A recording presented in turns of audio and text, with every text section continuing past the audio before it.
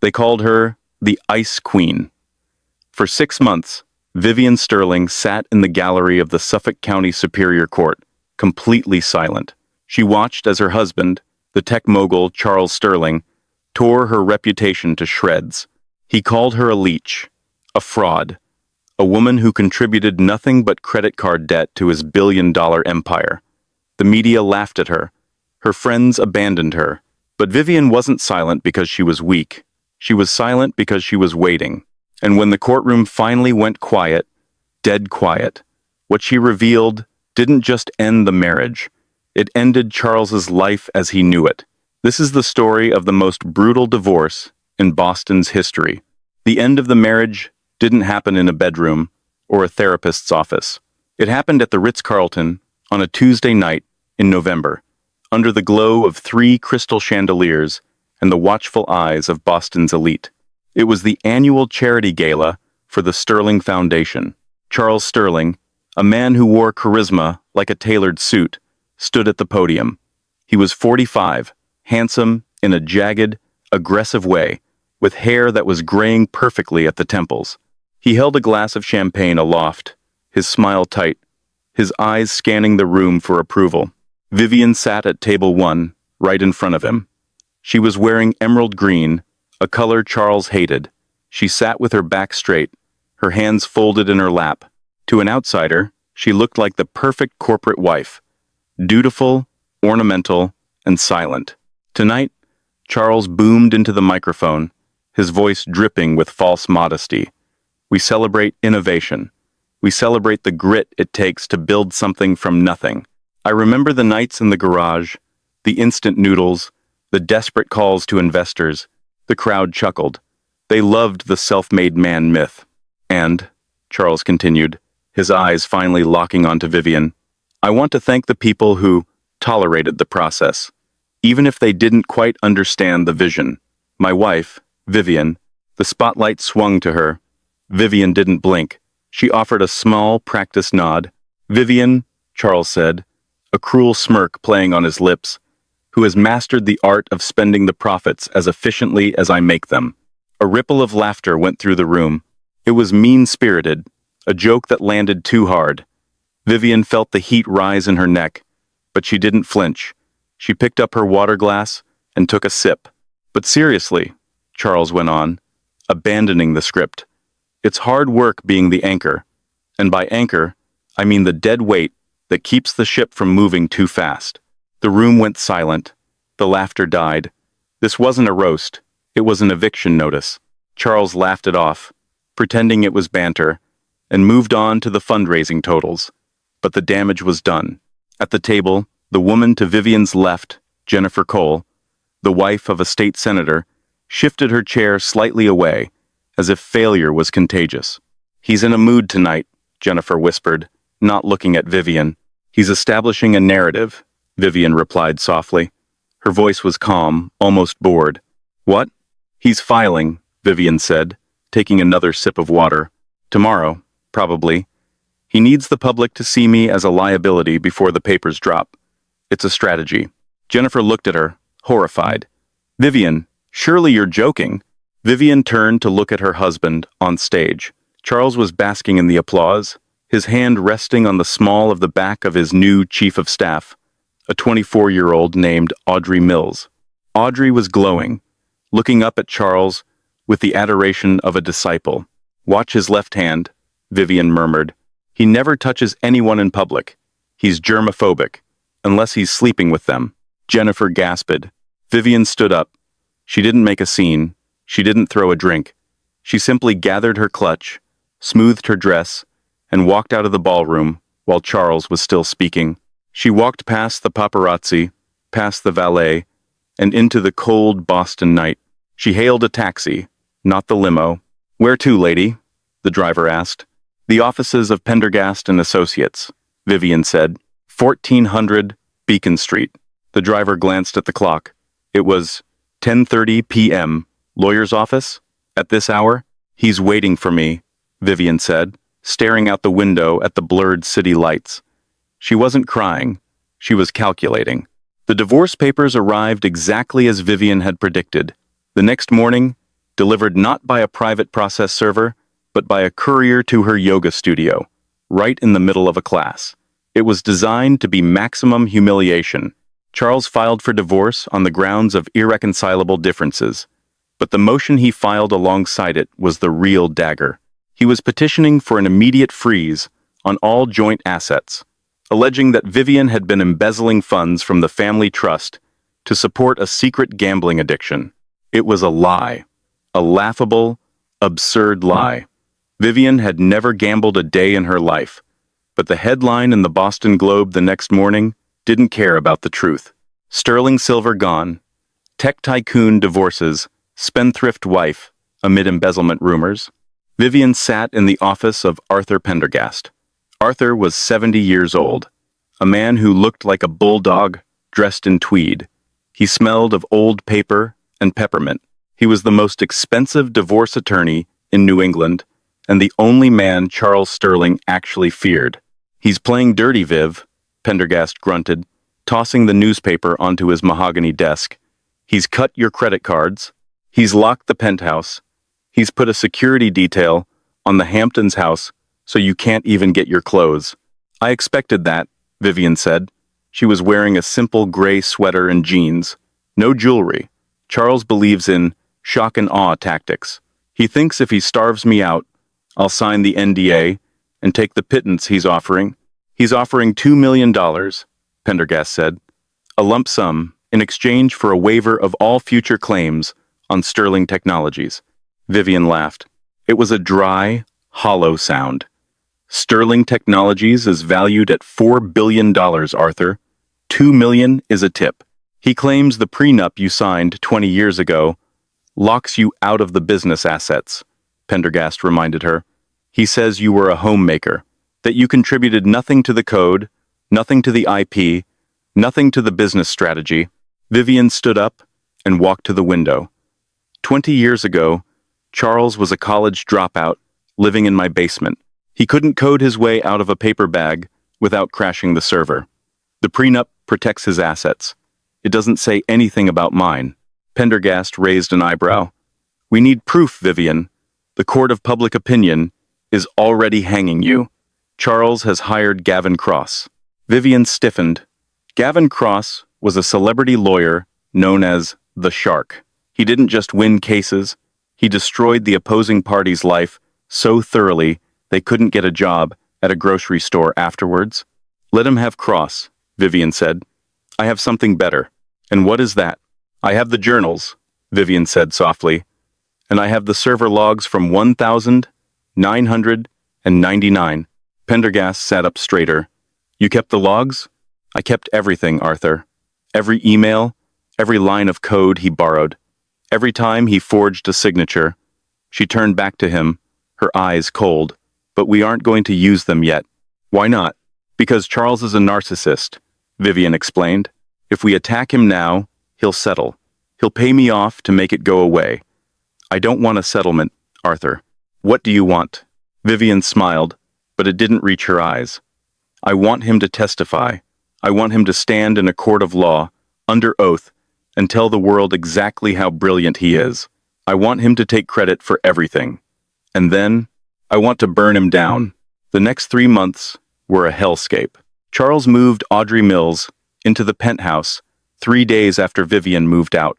They were photographed everywhere. Courtside at Celtics games, front row at Fashion Week, dining at the tables where Vivian used to book the reservations. Meanwhile, Vivian was living in a rented one-bedroom apartment in South Boston. The press camped outside her door for weeks. They dug through her trash. "Is it true you lost $50,000 on blackjack?" A reporter shouted at her as she walked to the grocery store. "No comment," Vivian said, keeping her head down. "Charles says you threatened to hurt his new fiancée. Is that true?" Vivian stopped. She looked at the camera. For a split second, the fire ignited in her eyes, but she extinguished it just as fast. She said nothing. She kept walking. Inside the apartment, she worked. She wasn't crying over wedding albums. She was building a war room. The walls of her small living room were covered in timelines, sticky notes, printouts of bank transfers. Her phone rang. It was her mother. Vivian, her mother's voice was shrill. I just saw Charles on Good Morning America. He looks so happy. He said he's praying for you, praying for your recovery. Why aren't you fighting back? You look weak. I'm not weak, Mother, Vivian said, staring at a document taped to the wall. It was a patent application from 2001. The name on the inventor line was Charles Sterling, but the signature at the bottom, the handwriting wasn't his. Then say something, her mother pleaded. Tell them he's a liar. Not yet, Vivian whispered. Let him build the tower higher. The fall will be deadlier. A week later, the court date was set. The trial of the century, the papers called it. Sterling v. Sterling.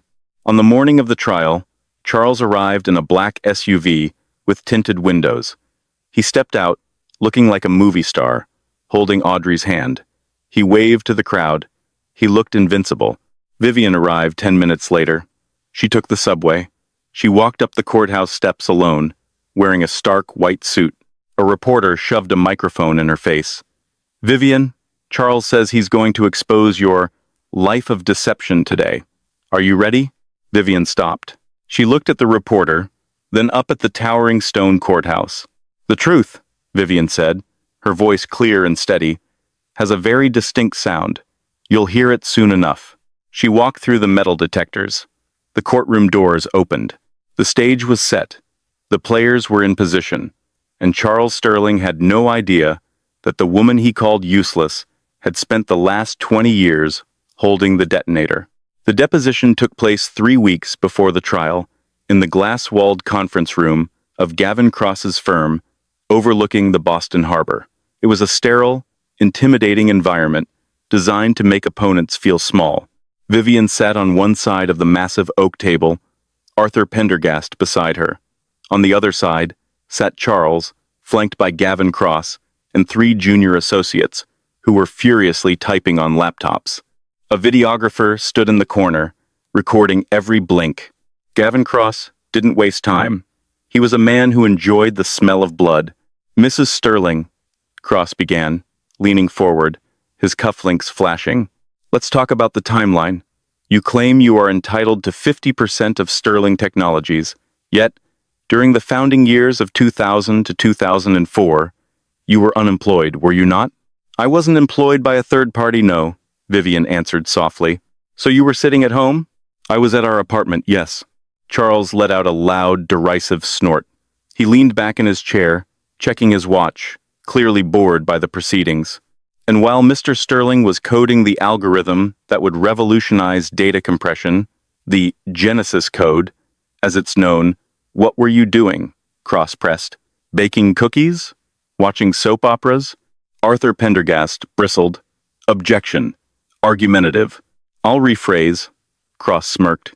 Did you write a single line of code for the Genesis project? Vivian looked down at her hands. I did not write the final code that was published, no. Did you attend the pitch meetings with venture capitalists? No. Did you negotiate the server contracts? No. Cross threw his hands up, looking at the camera. Then, Mrs. Sterling, on what planet do you justify asking for $500 million empire? Is it simply because you made Mr. Sterling coffee while he did the actual work? Vivian paused. She looked at Charles. He was smirking at her, that familiar look of condescension that had defined the last decade of their marriage. I supported him, Vivian said, her voice trembling slightly. It was a calculated tremor. I made sure he could focus. Support, Charles muttered, loud enough for the microphone to catch.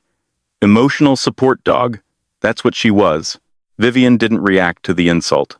Instead, she leaned over and whispered something to Arthur Pendergast. Arthur nodded and cleared his throat.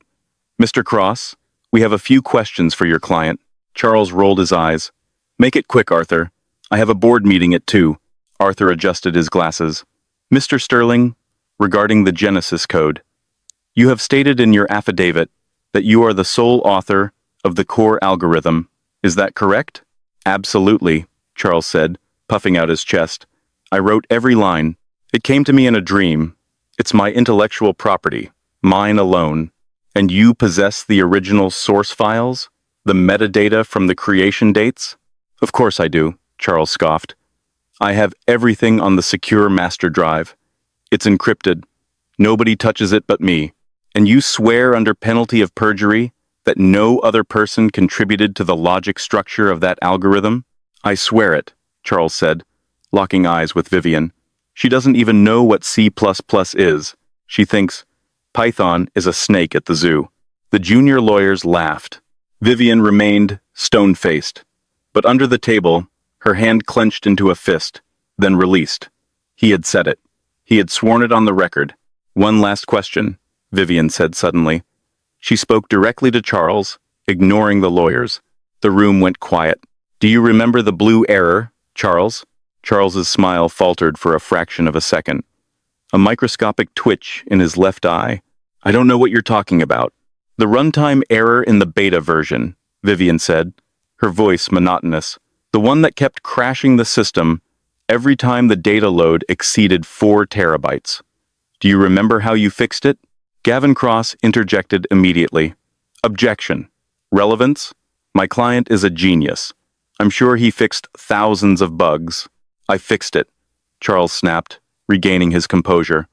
I stayed up for 3 nights straight and rewrote the kernel. I fixed it myself. Vivian nodded slowly. Okay, thank you. That was it. The deposition ended. As they walked out of the building, Arthur Pendergast looked at Vivian. The blue error? What was that about? He didn't fix it, Vivian said, pulling her coat tight against the wind. He couldn't fix it.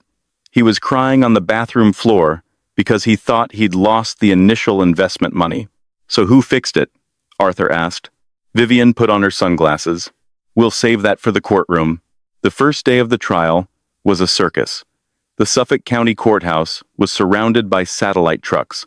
The public narrative was firmly established. Charles was the visionary victim, and Vivian was the greedy, vengeful ex-wife trying to cash out. Inside courtroom 4B, the atmosphere was electric. Gavin Cross delivered an opening statement that was pure theater. He paced the floor, gesturing wildly. Ladies and gentlemen of the jury, Cross boomed, you are here to witness an attempted robbery. Not with a gun, but with a marriage certificate. Vivian Sterling wants you to believe that her presence in the house equates to ownership of the business. She wants half of the genius, without having half of the brain. He painted Vivian as a spender, a gambler, a woman who lived in luxury while Charles slaved away in the glow of computer screens. When it was Arthur Pendergast's turn, he was brief. He stood behind the podium, looking tired and old.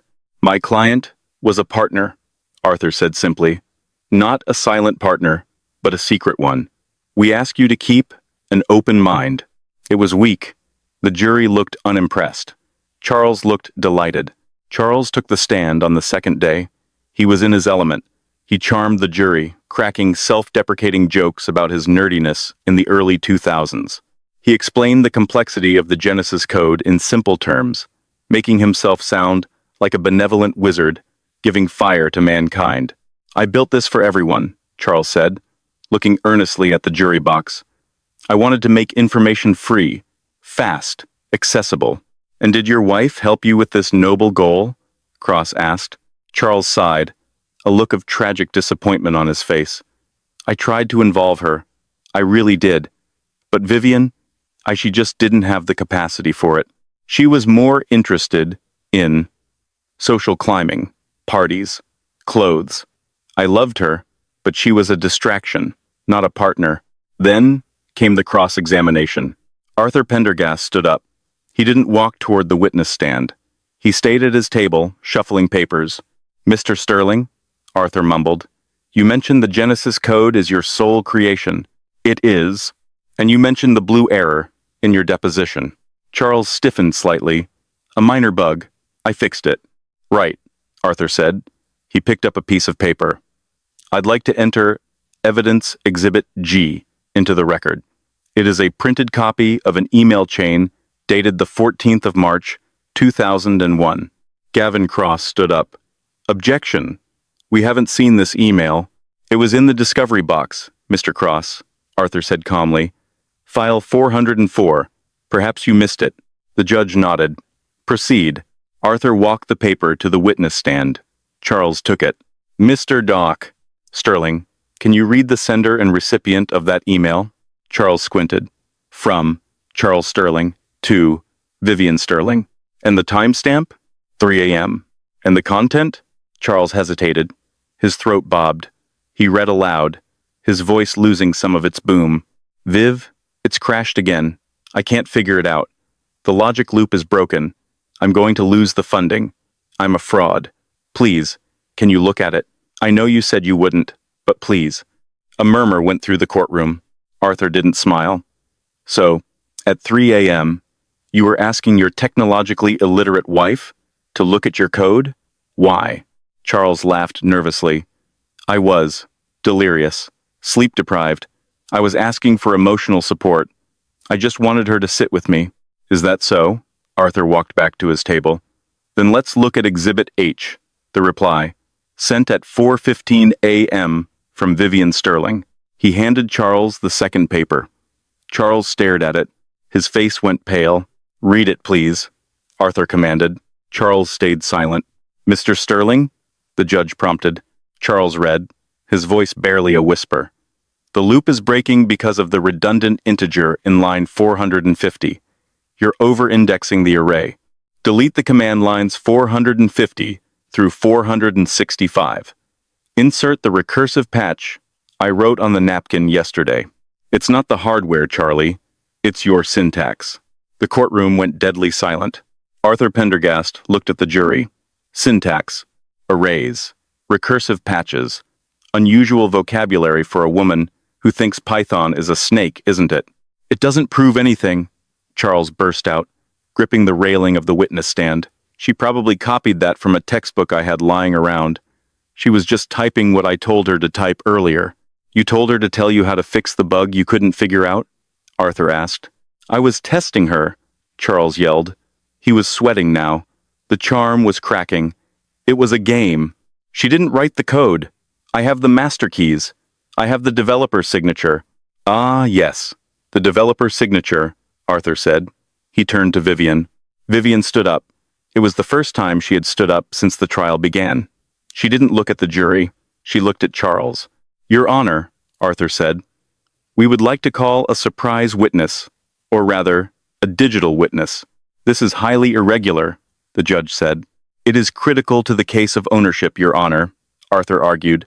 Mr. Sterling claims the code is his because he holds the digital key. We would like to demonstrate that the code itself has a voice. Gavin Cross was on his feet, objecting furiously, but the judge was intrigued. I'll allow it, but make it quick. Arthur nodded to the court tech officer. A large screen descended from the ceiling. A laptop was connected. Mr. Sterling, Arthur said, you claim the Genesis code is encrypted and can only be unlocked by you. Is that correct? Yes. And if someone else were to try to modify the core kernel, the heart of the program, what would happen? It would lock down, Charles said, sneering. It's a fail-safe. It destroys the data to prevent theft. Let's see, Arthur said. On the screen, a command prompt appeared. It was the raw interface of the Genesis operating system. Arthur typed in a command.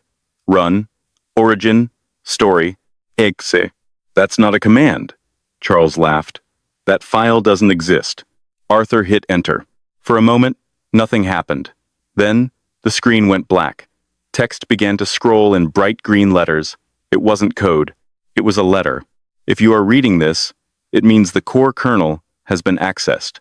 Charles, you always forgot to close your brackets.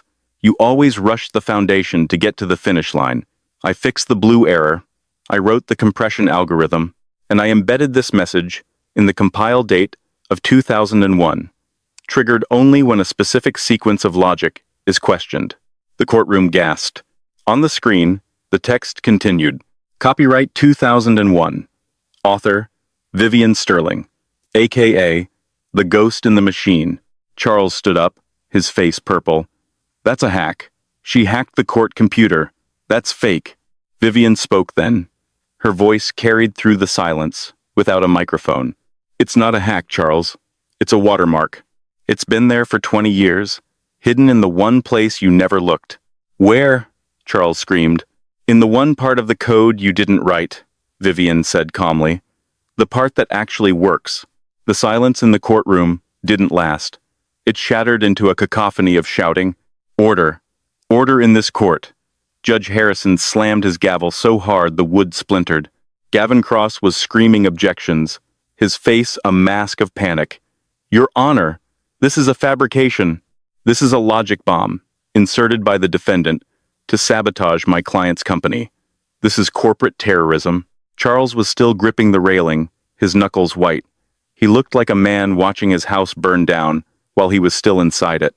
She planted it, he yelled, pointing a shaking finger at Vivian. She's a hacker. She's trying to destroy the stock price. Vivian sat back down. She didn't shout. She simply folded her hands and watched him unravel. Mr. Cross, Judge Harrison barked, his face red. Sit down, now. The judge turned to the court-appointed technical expert, Dr. Eris Thorne, from MIT, who had been quietly observing the proceedings. Dr. Thorne, the judge said, can you verify the authenticity of what we just saw? Is it possible Mrs. Sterling inserted this code, say, last night? Dr. Thorne stood up. He adjusted his glasses and looked at the screen, then at Charles. Your Honor, Dr. Thorne said, his voice dry and clinical. The timestamp on that compile is dated the 14th of March, 2001. It is embedded in the kernel's deepest layer, protected by an MD5 hash that hasn't been cracked in 2 decades. To insert that message today, Mrs. Sterling would have had to travel back in time, invent the code before Mr. Sterling did, and compile it on a machine that hasn't been manufactured since the dot-com bubble. He paused, looking directly at Charles. In layman's terms, it's real, and it's been there since the beginning. The color drained from Charles's face. By the time court recessed for lunch, the news had broken the internet. The ghost in the machine was the #1 trend globally on X, formerly Twitter. The video of Vivian's calm revelation was being shared millions of times. The narrative of the useless spender evaporated instantly, replaced by the image of a brilliant, silent architect who had been erased from history. Sterling Technologies stock halted trading after plummeting 18% in 20 minutes. Inside the holding room, Charles was pacing like a caged animal. Gavin Cross was on the phone, screaming at a PR firm. I don't care what it costs, Cross yelled. Spin it. Say she was a disgruntled employee. Say she stole the password. Charles grabbed the phone from him and smashed it against the wall. They know, Gavin, Charles hissed. Don't you get it? If she wrote the kernel, she owns the IP. She doesn't just get half. She gets everything. The patents, the licensing, the entire foundation of the company. We can settle, Cross said, loosening his tie. We offer her $1 billion, cash, today. She won't take it, Charles said, sinking into a chair. He looked small now. You saw her face. She doesn't want money. She wants blood. Meanwhile, Vivian was eating a sandwich in the courthouse cafeteria. She was alone, save for Arthur. You realize, Arthur said, taking a sip of coffee, that you just became the most famous woman in tech. The phone at the office hasn't stopped ringing. Wired, the New York Times, Vanity Fair. They all want the real story of Genesis. They can wait, Vivian said. Vivian, Arthur leaned in. Charles's team just sent over a revised settlement offer, $3 billion, and a public apology. They want to end this before the afternoon session. Vivian wiped her mouth with a napkin. $3 billion? It's more money than you could spend in 10 lifetimes. It is, Vivian agreed. She checked her watch. But we're not taking it. Arthur sighed, though he looked secretly pleased. Why not? Because, Vivian said, standing up and smoothing her skirt. We haven't talked about the black box yet. Arthur froze. The black box?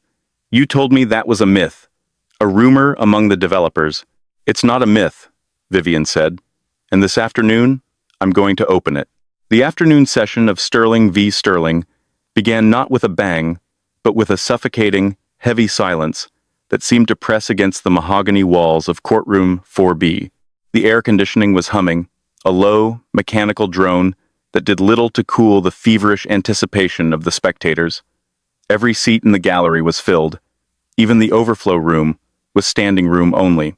The revelation of the morning that the silent, discarded wife was the true architect of the Genesis Code had turned the proceedings from a messy divorce into a corporate autopsy. Charles Sterling returned to the witness stand. He had clearly spent the lunch recess with a crisis team.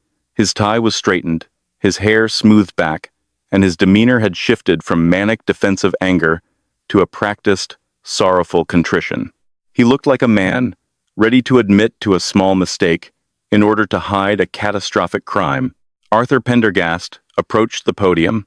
He moved slower now, with the deliberate, heavy steps of an executioner who knows the axe is sharp. "Mr. Sterling," Arthur began, his voice devoid of the theatricality Gavin Cross employed. "Before the break, we established that Vivian Sterling wrote the core compression algorithm, a fact you denied under oath, and then claimed to have misremembered due to the passage of time." Charles nodded, offering a tight, pained smile to the jury. "It was a long time ago, Mr. Pendergast. Memory is a tricky thing. I may have underestimated her contribution in my own mind. I built the company after all. It's easy to conflate the foundation with the skyscraper. An elegant metaphor," Arthur noted, adjusting his glasses. "But let's talk about the basement of that skyscraper. Since you admitted you collaborated on the code, surely you are familiar with the black box protocol?" The change in Charles was instant. The sorrowful mask cracked. His eyes darted to his lawyer, Gavin Cross. "Objection." Cross was on his feet instantly, his chair scraping loudly against the floor. "Your Honor, this line of questioning is outside the scope of the divorce proceedings. Counsel is fishing for trade secrets that have no bearing on marital assets." Judge Harrison peered over his spectacles. "Mr. Pendergast? Relevance?" "Your Honor," Arthur said calmly, "we are determining the value of the marital estate. If there is a hidden component of the software, a liability, perhaps, or an illegal revenue stream, it is critical to the valuation of the assets my client is entitled to. The black box isn't just code, Your Honor. It's the ledger." The judge nodded slowly. "I'll allow it, but tread carefully, Mr. Pendergast." Overruled. Arthur turned back to Charles. "The black box, Mr. Sterling. Explain it to the jury. Or would you like me to define it for you?" "It doesn't exist," Charles said quickly. His voice was too high, too brittle. "It's an urban legend among junior developers. A ghost story." "Really?" Arthur picked up a remote control from his table. "Because when we ran the origin story command earlier to prove authorship, it didn't just display a letter from your wife. It unlocked a partition drive on the master server, a partition that had been dormant since 2005. Arthur pointed the remote at the large screen behind the witness stand. The display flickered to life.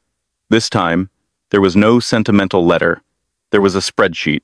It was cold, hard data. Thousands of rows of timestamps, IP addresses, and user logs scrolled by in a blur of neon green text.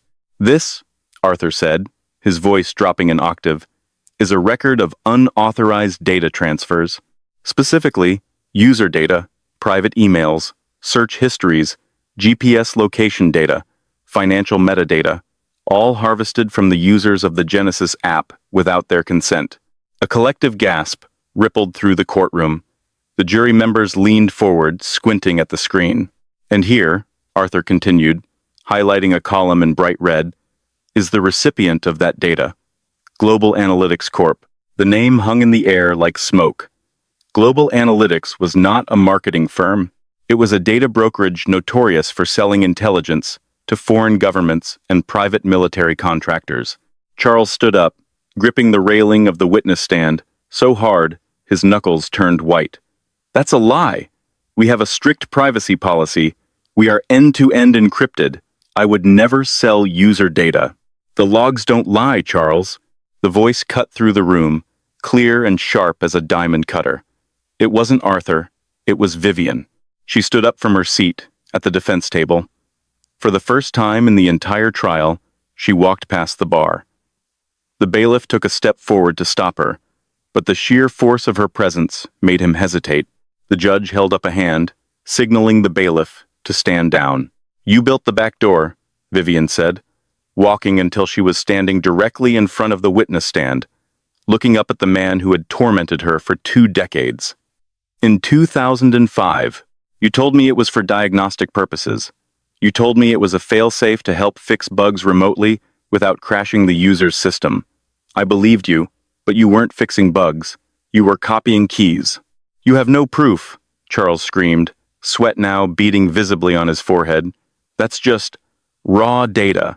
It could be anything. It could be a glitch. You're manipulating the display." "I don't need the display, Charles," Vivian said.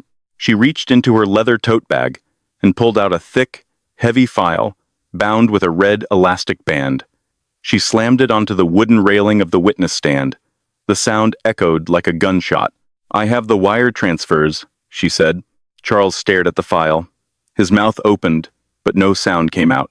"The 14th of October, 2005, Vivian recited from memory, her eyes locking onto his. $10 million from Global Analytics. The 20th of November, 2006, $15 million. March 2008, $22 million. It didn't go into the Sterling corporate accounts. It didn't go to the shareholders. It went into a shell company in the Cayman Islands, the Blue Heron Trust. Gavin Cross had his face in his hands. He wasn't objecting anymore. He was packing his briefcase. "And who?" Vivian asked softly. "Is the signatory for the Blue Heron Trust?" Charles didn't answer. He couldn't breathe. The room spun around him. "It's not you, is it, Charles?" Vivian continued, her voice compassionate in a way that was far more terrifying than anger. "You were too smart to put your name on a federal crime. You needed a patsy. You needed someone expendable. Someone you could blame if the FBI ever came knocking. Someone you thought was useless." Vivian opened the file.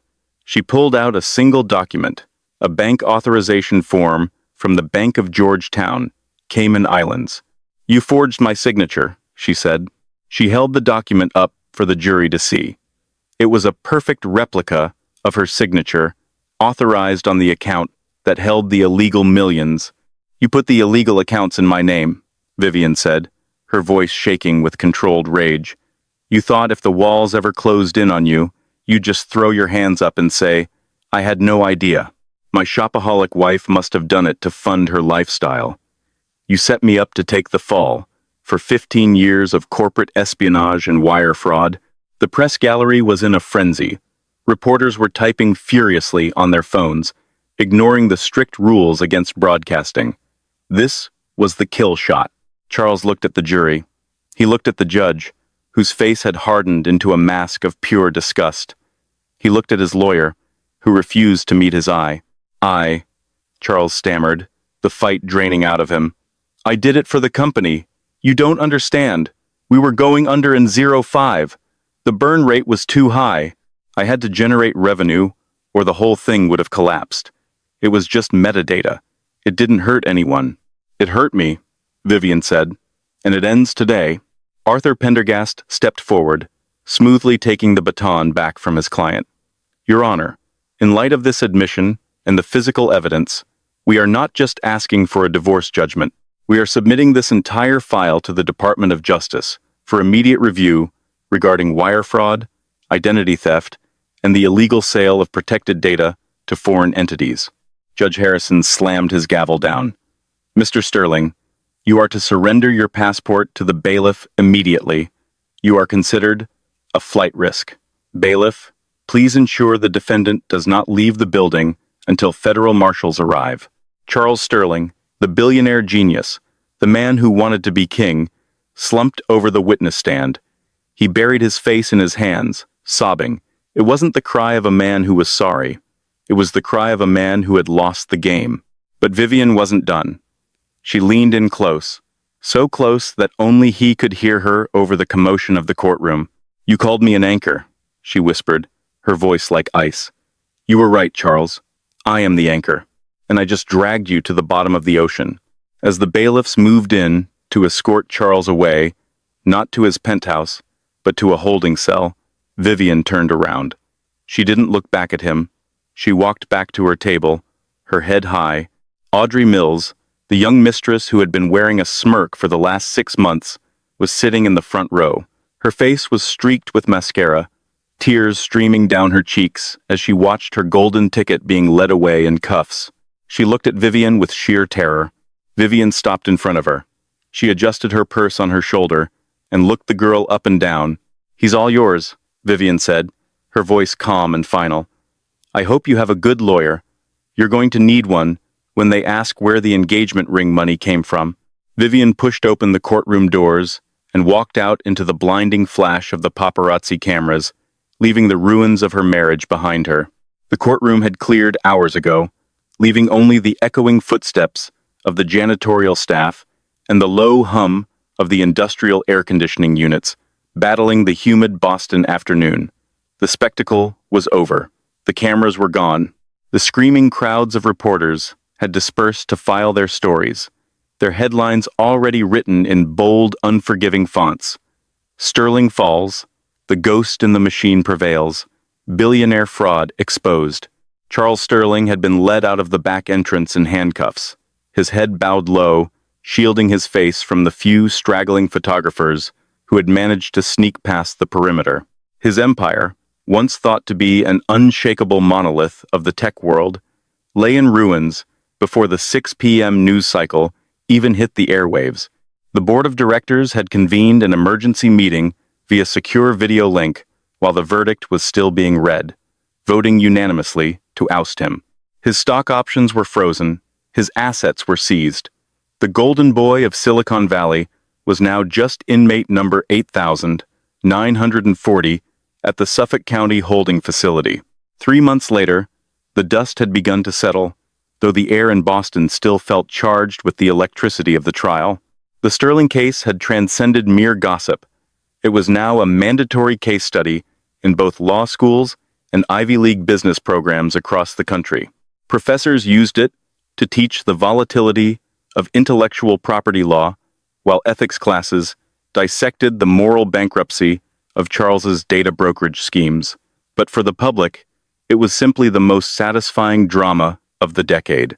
Vivian Sterling didn't just win the divorce. She annihilated the battlefield. In a landmark ruling that would be cited for generations, the court found that, since the core intellectual property, the Genesis Code, was entirely the product of Vivian's original work, the ownership structure of the company was fundamentally fraudulent. The patents, the licensing agreements, and the proprietary algorithms were reassigned to their true creator. Furthermore, Charles's brazen forgery and systemic fraud had voided the prenuptial agreement entirely. He was left with nothing but a looming 20-year prison sentence and a mountain of legal debt. Vivian sat in the corner office on the 50th floor of what was formerly the Sterling Tower. The sign out front had been changed just that morning. It now read, in sleek, understated silver lettering, V.S. Global. The office was quiet, a stark contrast to the chaos of the last year. The floor-to-ceiling windows offered a panoramic view of the city she now owned a significant piece of. The Charles River glittered in the distance, indifferent to the fortunes rising and falling on its banks. Arthur Pendergast walked in, bypassing his usual polite knock. He looked different, lighter, somehow. The weight of the impossible case had lifted from his shoulders, replaced by the buoyancy of absolute victory. He dropped a final, heavy stack of documents onto Vivian's expansive glass desk. The thud echoed in the silence. "It's done," Arthur said, exhaling a breath he seemed to have been holding since the deposition. He looked at Vivian with a complex expression, a mix of deep professional respect and a lingering, quiet fear. He had known her for years, but he realized now he hadn't known her at all. The Department of Justice has finalized the plea deal for Charles. He's looking at 12 to 15 years, minimum, provided he cooperates fully on the international data brokerage investigation. They want the names of the buyers, Vivian, the foreign governments, the Shadow Corps, everything. Vivian didn't turn away from the window. She watched a ferry cut a white wake through the blue water below. And his finances? Bankrupt, Arthur confirmed, taking a seat in one of the plush leather chairs opposite her desk. Completely tapped out. The forensic accountants found the last of the shell companies yesterday. The Fed seized the accounts in the Caymans. He doesn't even have enough left to retain Gavin Cross. He's being represented by a public defender now. Vivian nodded slowly, a ghost of a smile touching her lips. Good. That seems appropriate. Arthur watched her. She wasn't gloating. She wasn't popping champagne or throwing a party. She was just still. It was unnerving. "There's one thing I never asked you," Arthur said, his voice dropping lower. "One loose end that has been keeping me up at night." Vivian finally turned her chair around. She looked radiant, years younger than the exhausted, pale woman who had first walked into his office. The Ice Queen persona had melted, revealing something far harder and more brilliant underneath, like a diamond forged under immense pressure. "Ask Arthur. That blue error in 2001, Arthur began, leaning forward, "and the backdoor he built in 2005. You knew. You knew about the code because you wrote it, but the data sales, the brokerage to global analytics. You knew about that too. You had the wire transfer records from 15 years ago." Vivian held his gaze, her face unreadable. "Why did you wait?" Arthur asked, the question hanging heavy in the air. "You lived with him for 15 more years. You endured the affairs with the secretaries, the public humiliation, the way he spoke to you like you were furniture. You watched him take credit for your genius every single day on magazine covers and TV interviews. You could have ended this a decade ago, Vivian. You could have sent him to jail in 2010. Why did you wait until now?" Vivian stood up and walked to the sideboard, pouring 2 glasses of sparkling water. She handed one to Arthur and took a sip of hers. "Do you remember what Sterling Technologies was valued at in 2005, Arthur?" she asked softly. Arthur frowned, searching his memory. "I don't know. Maybe 40, 50 million? It was a promising startup, but it hadn't gone global yet." "Exactly," Vivian said. She walked back to her desk and leaned against the edge of it, crossing her arms. "If I had exposed him in 2005, the company would have collapsed overnight. The investors would have pulled out. The SEC would have raided us. The stock would have been delisted. He would have gone to jail, yes. But I would have walked away with maybe $20 million, and the technology, my technology, would have died in a bankruptcy auction. Some venture capital vulture would have picked it up for pennies on the dollar." Arthur stared at her, his mouth slightly open. The realization was dawning on him, cold and sharp. "I didn't stay because I was weak, Arthur," Vivian continued, her voice gaining a steely edge. "And I didn't stay because I loved him. I stopped loving Charles the moment he forgot my name in his first acceptance speech. I stayed because I was waiting for the valuation to peak." She gestured around the opulent office, encompassing the building, the city, the invisible network of data that powered the modern world. "I needed him to build the distribution network," she explained, her tone clinical, as if discussing a software patch. "I needed him to be the face, the salesman, the charismatic visionary that Wall Street loves.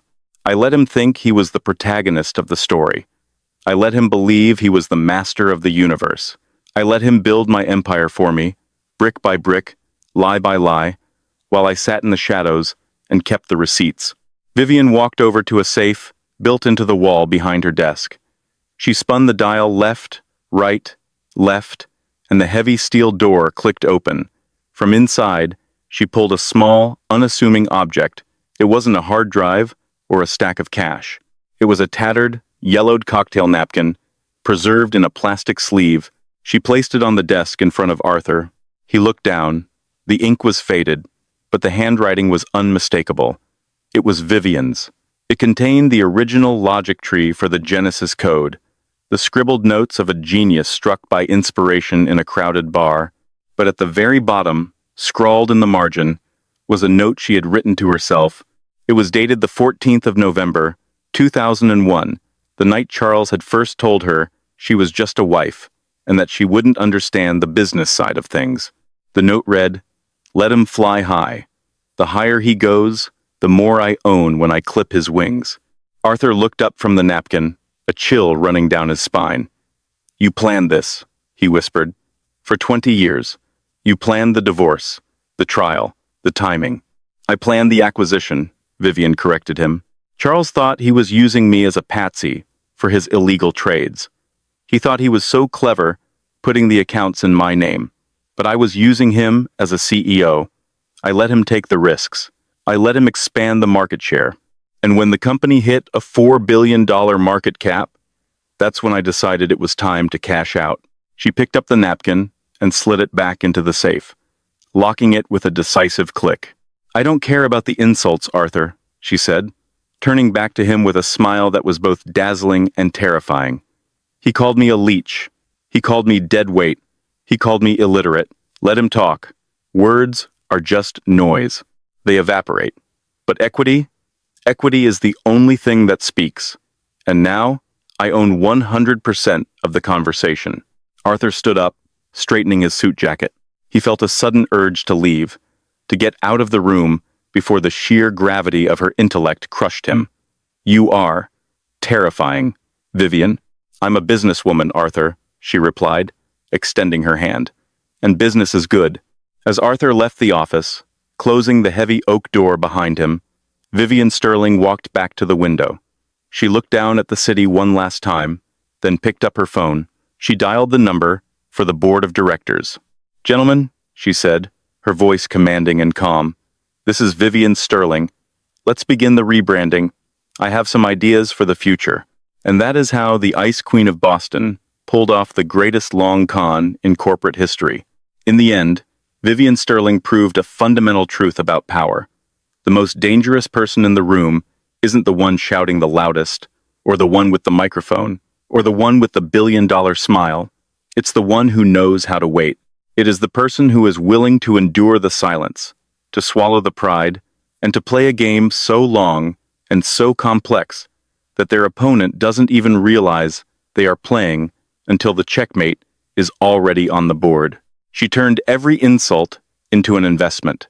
She turned every betrayal into a building block. Charles Sterling thought he was the architect of the future, but he was just a temporary contractor in Vivian's grand design. He was the flashy front-end interface, while she was the back-end code that actually ran the system. Vivian's story is a reminder to never underestimate the quiet ones.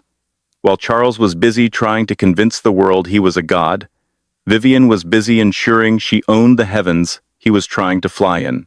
If you enjoyed this story of high-stakes drama, strategic revenge, and the ultimate triumph of the underdog, please make sure to hit that like button.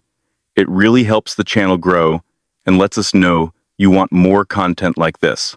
And if you haven't already, smash that subscribe button and ring the bell icon so you never miss a new upload. We have more stories of corporate intrigue, hidden scandals, and justice served coming your way every week. Now, I want to hear from you. Have you ever been underestimated by someone in power? Have you ever had to play the long game to get what you deserved? Tell us your story in the comments below. We read every single one, and the best ones might just be featured in our next video. Until next time, stay calm, stay sharp, and always keep a paper trail, because you never know when you might need to prove who really wrote the code.